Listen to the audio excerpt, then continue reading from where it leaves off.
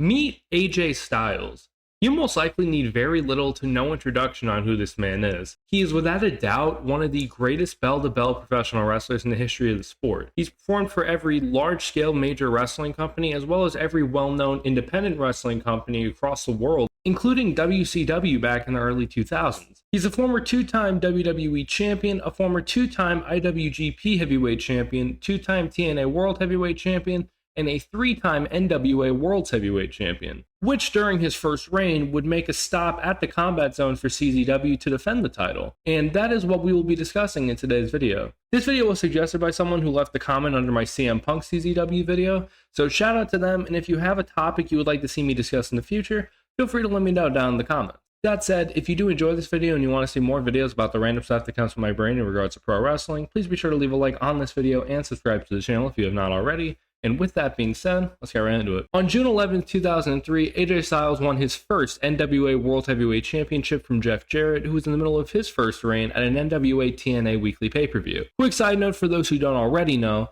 TNA was created as a separate brand or territory off of the NWA back in 2002 and would use many of the NWA's titles as their own until the NWA ended their agreement with TNA in May of 2007.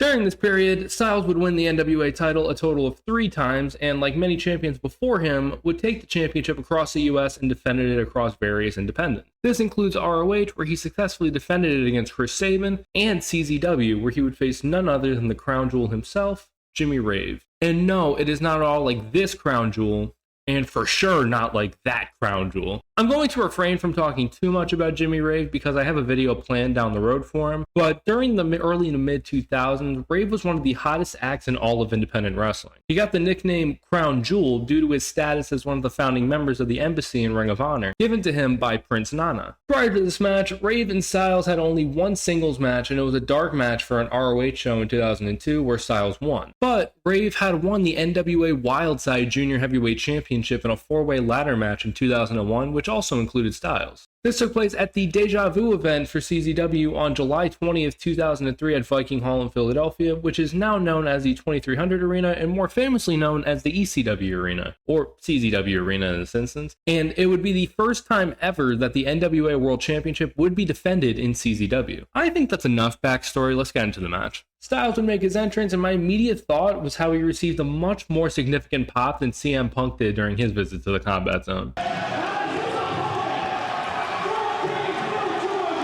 Both Punk and Styles were in ROH and NWA TNA at the same time throughout much of 2003 by this point, so I don't think I could say it's an exposure issue. Maybe it's just that AJ got more of a push and was more well known by default. This is not AJ's first match in CZW as well, and it would also not be his last, but it was indeed his first singles match in CZW. The bell rings and both Styles and Rave circle the ring staring each other down as Viking Hall cheers Styles on. Both men slap hands as a show of respect before getting into a battle of some good old technical wrestling. Both men go back and forth with different grounded holds as they try to gain better positioning over the other before Styles catches Rave with a small package for a count of 1. Styles has Rave in sort of a front chancery before Rave slithers out of it and gets Styles by the waist. Styles and Rave both kind of flop about trying to get away from each other before it gets ugly, and they get away from each other and the crowd gives it an applause.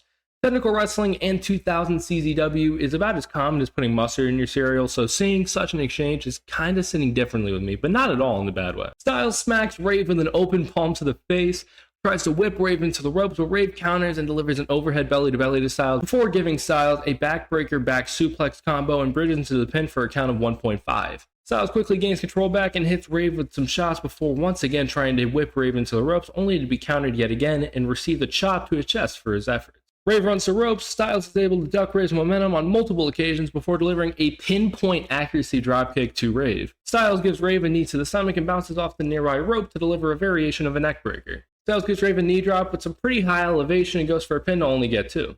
I forgot AJ used to do that. Styles gives Rave a chop into the corner, whips Rave into the corner, but Rave reverses it and hits Styles with a super kick in the corner. Rave then tries an O'Connor roll but fails before Styles bounces off the middle rope to hit Rave with that springboard moonsault reverse DDT for only a 2 count. Styles delivers some chops and forearms to Rave before whipping Rave into the ropes and delivering a spin kick. Styles has full control over this match at this point. As I say that, Rave fights back a little and attempts a crucifix pin on Styles, but Styles delivers a TKO to Rave onto the top rope. Rave is still on the apron, so Styles tries to get him up for a delayed vertical suplex, but it looks like Rave fights out of it, only for Styles to drop down for the neckbreaker.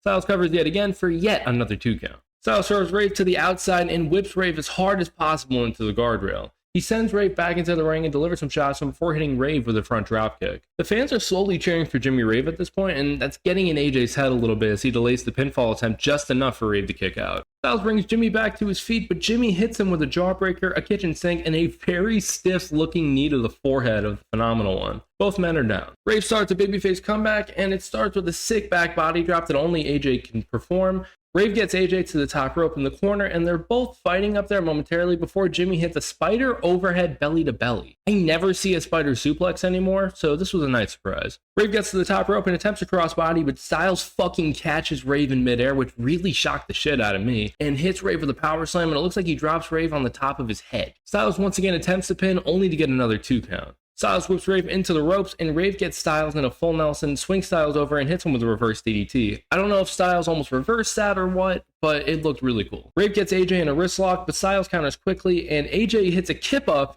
into the Hurricane Rana. I don't know if I've ever seen that, but I need to see it at least 40 more times now. Styles hits Rave with a gut wrench gutbuster, say that 5 times fast, as well as another brutal looking slam for yet another 2 count. Styles hits the top rope, but Rave is able to get up before Styles hits whatever he had in mind. I would assume it'd be a spiral tap. Rave attempts a top rope Hurricane Rana, but gets countered, and I immediately had Vietnam War flashbacks because this was the first Styles sledge attempt I had seen since I made that video a couple weeks ago. Rave is luckily able to counter out of it. Styles hits a sunset flip, lifts Rave up, who then goes for a Fujiwara armbar unsuccessfully. Styles whips Rave into the ropes, and Rave is able to execute a beautiful tilt-a-whirl crossface. Rave puts it on tight, no diddy, but Styles is able to grab onto the ropes. Rave stays on the offensive, wasting no time, attempting a tilt-a-whirl yet again, but Styles drops him on his stomach, cradles Rave for the pin, and this time is able to get the 3 count to retain the NWA World title. After the match, both men get to their feet, and Rave extends the hand to Styles, but Styles just shoves the NWA title in Rave's face and walks to the back talking shit. This was such a fast-paced match in a very good way. There was not one dull moment in this match. It was very good light heavyweight pro wrestling that ages very well, especially in an era where work rate is key. Watching Styles as long as I have, I feel like there's rarely ever any dullness when it comes to an AJ Styles match. He could wrestle a broomstick and I would sit there crisscross applesauce enthralled with what he was being provided to me. That's not to take anything away from Jimmy Rave either, who kept up with everything Styles threw at him and delivered just as much.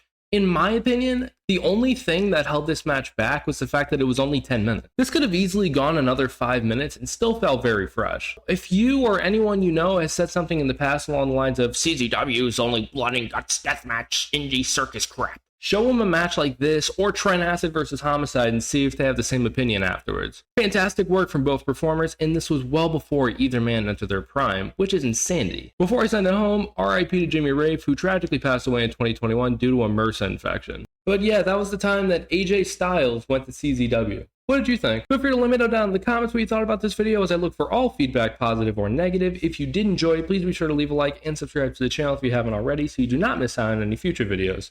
Thank you guys so much for watching, and I will see you all in the next one. Peace out.